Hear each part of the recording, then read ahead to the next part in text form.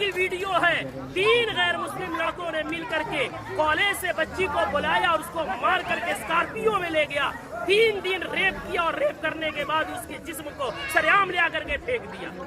आए दिन ये खबरें आ रही हैं।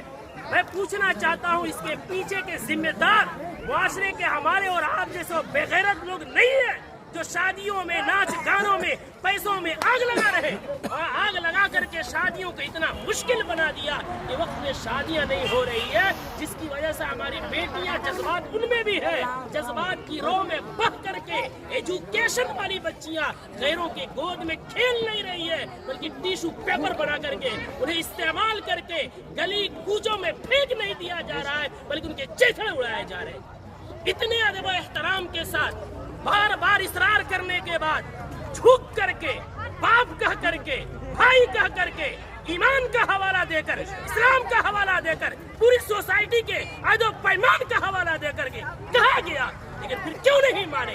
जुर्रत की बात है, हिम्मत की बात है। आखिर वो हिम्मत आई कहाँ से कि पूरा मुआशरा बाइकाट कर रहा है? आप नाच ला रहे हैं, चौक पे नचा रहे हैं, पूरा बस्ती इस गुनाह से बचना चाहता है। खुदा का खौफ खाए हम लोग, कल क़यामत में क्या मुंह दिखाएंगे? पूरे गांव में नचाते हुए लेकर आते हैं, मस्जिद के सामने से लेकर आते हैं, पूरे गांव में। ये क्या है? इसको जिद नहीं कहते हैं तो और क्या कहते हैं? इसको हठधर्मी नहीं कहते हैं तो क्या कहते हैं?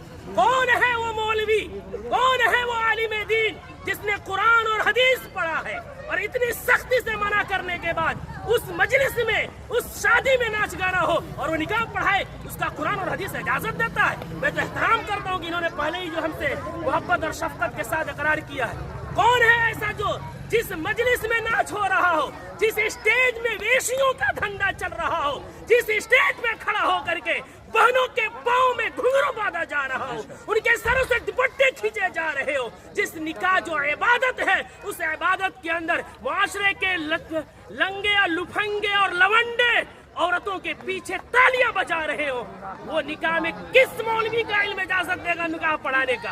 कौन सी कुरान इजाजत देगी?